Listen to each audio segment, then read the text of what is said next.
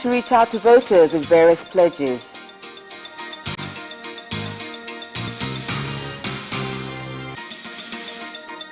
ITV journalist Agnes Almasi to be laid to rest in Bombo, Tanga region.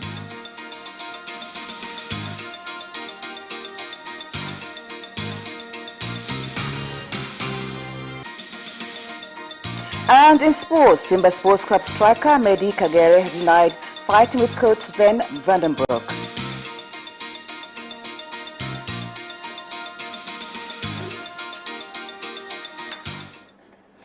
Good evening, this is Capital News at 9:30. My name is Yvonne Msemeba. First, the national news.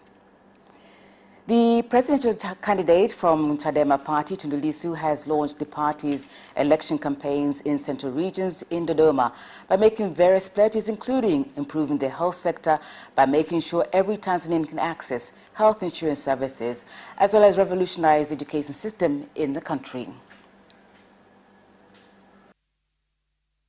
Tunataka kila Mtanzania awe kwenye bima ya afya. Every Tanzanian must be on health insurance fund. Countries that have a good health service, if what is most important is to make sure that every citizen is on health insurance fund, so that if you fall sick and have no money, you get treatment. It is by asking for votes for all our members of parliament in Dodoma region, Morogoro and Singida, of which today we are launching. Go and vote Chadema members of parliament so Honorable Lissu doesn't have difficulties when forming a government.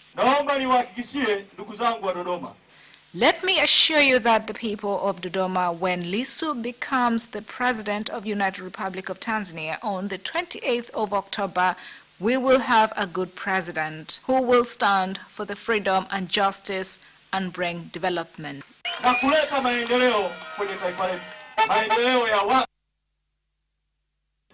The presidential candidate from Chama cha Mapinduzi CCM, Dr. John Magufuli, has urged residents of Simiyu at a campaign rally held in Bariadi district to vote for the party in the October general election so that they can complete the Lake Victoria water project, which aims to end water problems in the region.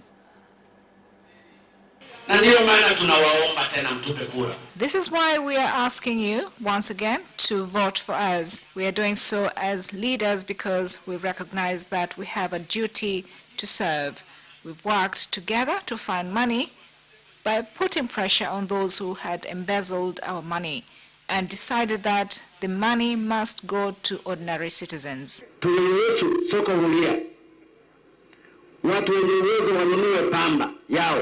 We allowed free market so those who were able could buy cotton, more so when the price of cotton had gone down. But there were some buyers who were dishonest and were buying on credit. This has been addressed and I gave directive that money should be paid to farmers. Where the regional hospital has been built used to be very hilly, but now we have a regional referral hospital complete and working.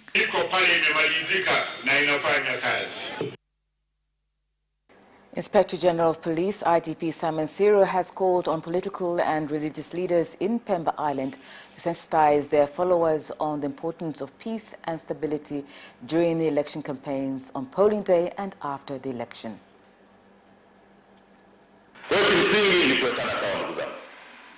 In essence, it is to put things right, and I've decided that I'm going to be in Pemba.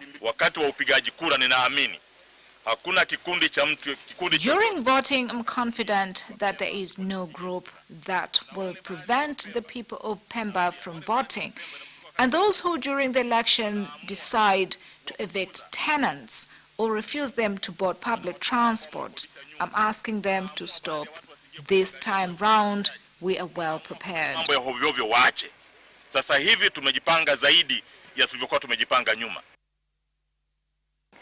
The body of the late Agnes Almasi, a journalist and news anchor at ITV, who died on September 3rd this year, will be laid to rest in Bombo, Tanga on Sunday. Last respects for the late Agnes Almasi will be held tomorrow at St. Nicholas Church in Ilala, Dar es Salaam. Mnavyoona maombolezo yanaendelea hapa. Kwa siku ya leo tutakuwa na maombolezo hapa. Today we will be holding a wake here at home, and tomorrow morning we will begin the journey to lay to rest our beloved. Tomorrow morning also at St. Nicholas Church at 11 a.m. to 2 p.m.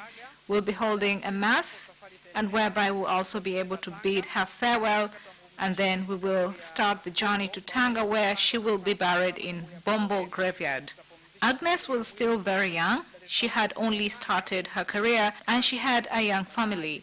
She's left behind a husband and one child.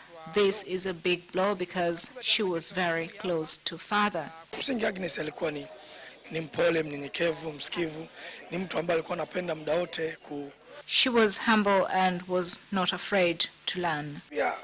Watu wote ambao tunafanya naye kazi mtajua Agnes muda wote ni mtu alikuwa anacheka tu. Sasa hujui amechukia na raha, huwezi jua, lakini ni mtu kiukweli alikuwa ni mtu tofauti. Hakika tumempoteza mtu ambaye itatuchukua muda mkubwa au muda mrefu sana kumsahau. Residents of Mbaramo Ward in Lushoto District have urged the government to speed up construction of the bridge connecting Mnazi Ward after it was demolished by heavy rains, causing them to face transport challenges in transporting the sick as well as their crops.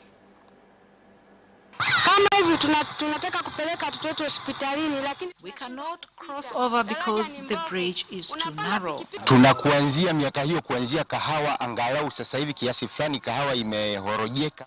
Coffee farming is coming up again, but it is hard to transport goods to this place. Na hiyo watu wameandamana, wamebeba vipisi vya mizigo.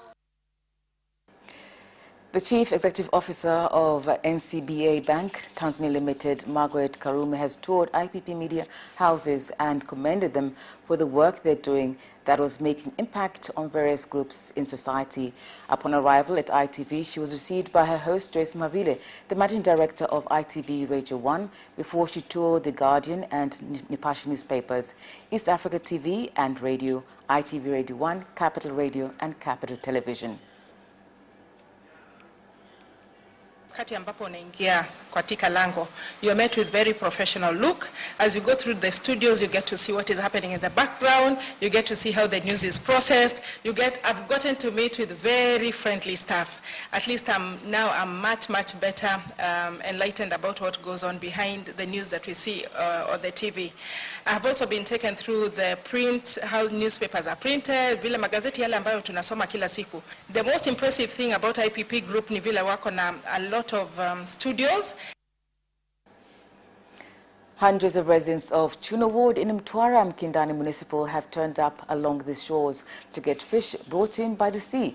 They said the increase in fish will bring down prices from 40,000 shillings a bucket to 10,000 shillings. We're grateful that we've been able to get fish that came with the tide. We don't know who to sell to, but we are grateful. This year we've started well with plenty of fish, and the price has also gone down. A bucket now costs 10,000 shillings, while previously it used to cost 15.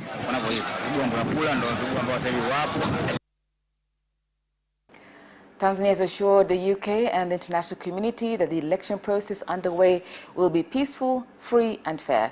The assurance is given by the Minister of Foreign Affairs and East African Cooperation, Professor Palamagamba Kabudi, when receiving credentials from the new British High Commissioner David Concur and the High Commissioner of Pakistan, Mohammed Salim. I assured the Ambassador of United Kingdom that the election process in Tanzania is going well, and that the election campaigns have started in all levels, presidential, members of parliament and councillors. And as it is usual with Tanzanians, I assured him that this election will go on peacefully, and at the end of the day, decisions made by Tanzanians on who to be a member of parliament, councillor or the president of the United Republic of Tanzania will be respected, just as it has been the case in the past.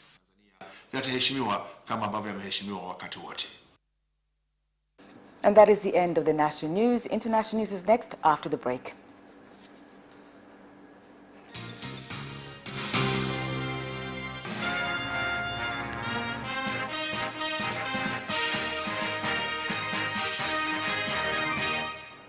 In international news, fighters from the Codeco rebel group this morning stormed Bunia town in the Ituri region, the Democratic Republic of Congo, demanding the release of their members who were arrested during clashes with government forces.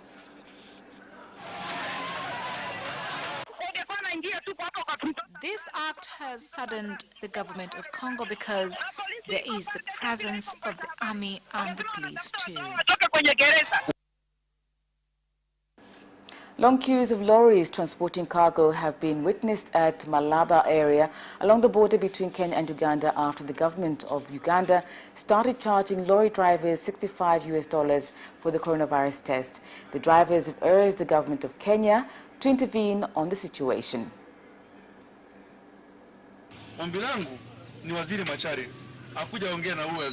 I'm requesting Minister Machare to come and speak with the Transport Minister of Uganda and have a discussion on this subject. This is causing so much delay on our part because we are forced to stay as long as 2 days.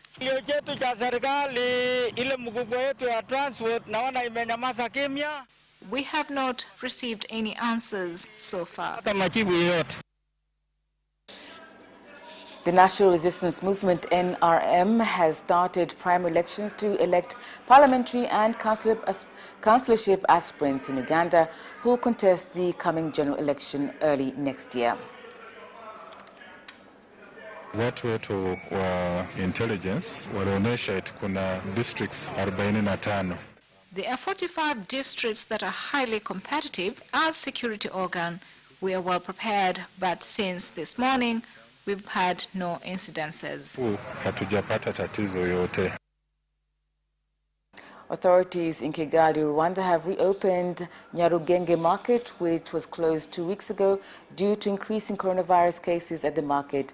The Ministry of Health said they have reopened the market after traders at the market started following health procedures against COVID-19. Nimefurahi sana kurudi tena kazini. Tumekaa wiki mbili bila kufanya kazi.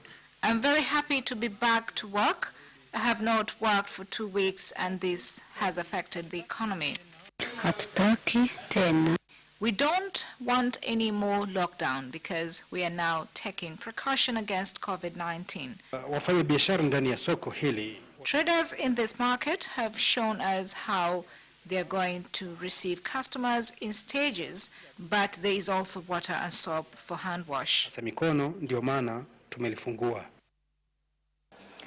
And that is the end of international news. Business news is next after the break.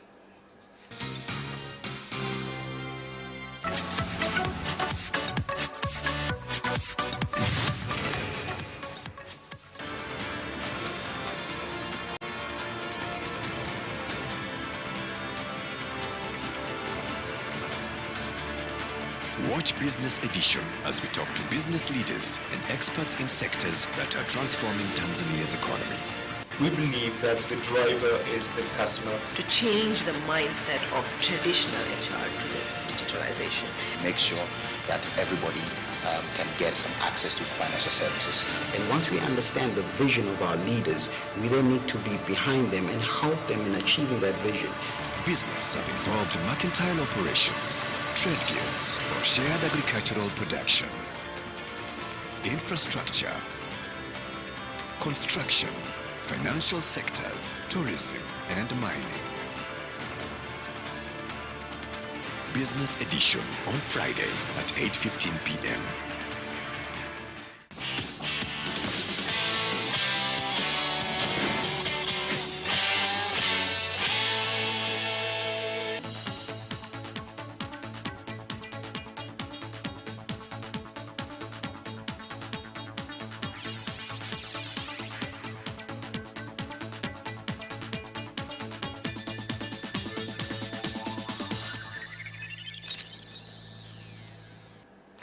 In business news, The government has said that they will start paying farmers' debt claims amounting to 4 billion shillings. Speaking in Chato District, Gator Region, the Deputy Minister of Agriculture, Hussein Basha, assured farmers that no cotton will be bought from farmers on loan basis in the new buying season. Mwaka huu tumefufua jineri ya Chato na imeanza kazi na This year we've reopened Chato Granary and is operational, and we've invested 4 billion. Those still owed are last year's debts, and this week we will complete paying last year's debts, and Honorable President Magufuli has given the 4 billion to clear the debts. It is going to impact the economy as a whole and affect individual incomes too. Mobile phone company Tigo has said that it is committed to improve services which include expanding use of the 4G network and launch of Simu Janja to be sold at affordable prices. Tutaendelea kuwaletea bidhaa ambazo ni bora zaidi. We will continue to bring you better products. Samsung Galaxy Note 20 Ultra and Samsung Note 20 is not the first model and will not be the last. Anyone who makes a purchase, Tigo will give him 78 GB to be used the whole year. Tigo itaweza kumpatia GB 78 za interneti ambazo atazitumia mwaka mzima.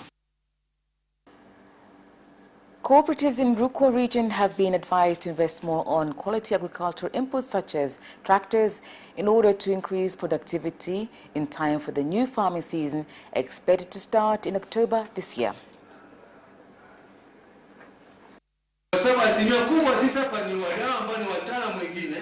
A large percentage of us are stakeholders and some are experts, but our focus is on farmers.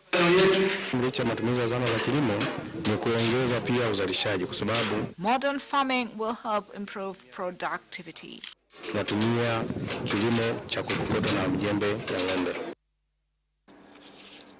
And that is the end of Business News. Sports News is next after the break. Away first time, good start from Bolt. Bolt leading a moment and going away. Gay trying to go with him, and he's been dragged through to second place, but he's going to win it by 2 meters. Away first time, good start from Bolt. Bolt leading a moment and going away. Gay trying to go with him, and he's been dragged through to second place, but he's going to win it by 2 meters.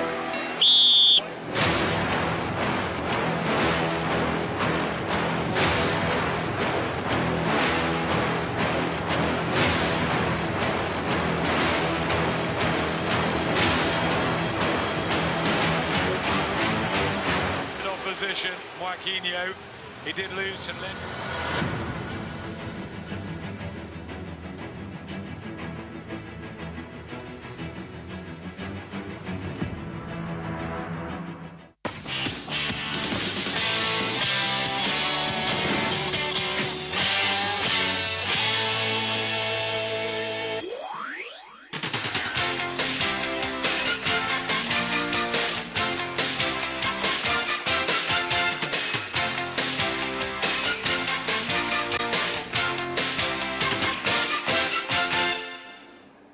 In sports news, Simba Sports Club striker Mehdi Kagere has come out to deny reports he fought with coach Sven Vandenbroek on Tuesday. Here's more of that story. The social media was awash with news the two had confronted each other in training on Tuesday after the team arrived in Mbeya from Arusha, where they bet Namungo FC 2-0 to lift the Community Shield. The Rwandan striker, who won the Golden Boot for the second season in a row after notching 23 goals, has termed the reports as baseless and pointed a finger at his enemies who are out to tarnish his name. On Wednesday, Van der Broek denied the reports and stated he doesn't have any problem with the striker and does not know whether the news came from. Yanga Sports Club will start the new 2020-2021 Mainland Premier League season minus key defender Lamine Moro. Here's more on that. Giants are keen to start the season on a flying note as they take on Tanzanian Prisons at Benjamin Mkapa Stadium on Sunday. However, Moro, who played a key role for the team in the last campaign, has revealed he will not be available for the season since doctors have advised him to wait as he recovers from an ankle injury. Moro was among the players retained by Yanga at the end of the last season after the club axed 14 players, among them former Gor Mahia striker Namin Yipe, captain Papi Shishimbi and David Molinga. Spain manager Luis Enrique has stressed David De Gea deserves plenty of praise after playing a key role in his nation's 1-1 draw with Germany on Thursday in the UEFA Nations League. Here's more on that story. While unable to prevent new Chelsea signing Timo Werner from opening the scoring in the 51st minute, De Gea made 7 saves across the 90 minutes, ensuring Spain could grab a late equalizer via Jose Gaya.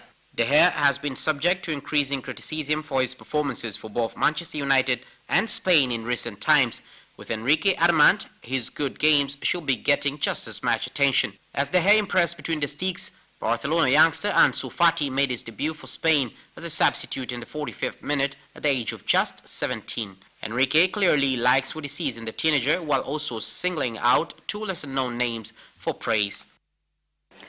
And Thiago Alcantara has declared that Bayern Munich is his home and he's happy to still be contracted to the Champions League winners. Here's more on that. The 29-year-old's future has been subject to intense speculation over the past month, with Premier League champions Liverpool repeatedly linked with a possible transfer. Latest reports suggest Manchester United could also be interested in the Spain international, who is contracted to Bayern until 2021. Despite playing in the Champions League final less than a fortnight ago, Thiago played the full 90 minutes on Thursday for Spain as they scored a late equalizer to draw 1-1 with Germany in the UEFA Nations League. Liverpool fullback Andy Robertson does not want Lionel Messi anywhere near the Premier League as speculation over the Barcelona captain's future rumbles on. Here's more on that story. By informing Barca he wanted to leave the Catalan Giants last week, and Manchester City were quickly installed as favourites to sign him. The forward has not reported for pre-season training under Ronald Koeman this week, signalling his belief that a clause in his contract allowing him to leave on a free transfer has been activated. However, Barca and La Liga are of the opinion the 700 million euros release clause in a deal that runs until next June will need to be met in order for him to become a free agent. And that sports item ends our news bulletin for tonight. Thank you for watching and good night.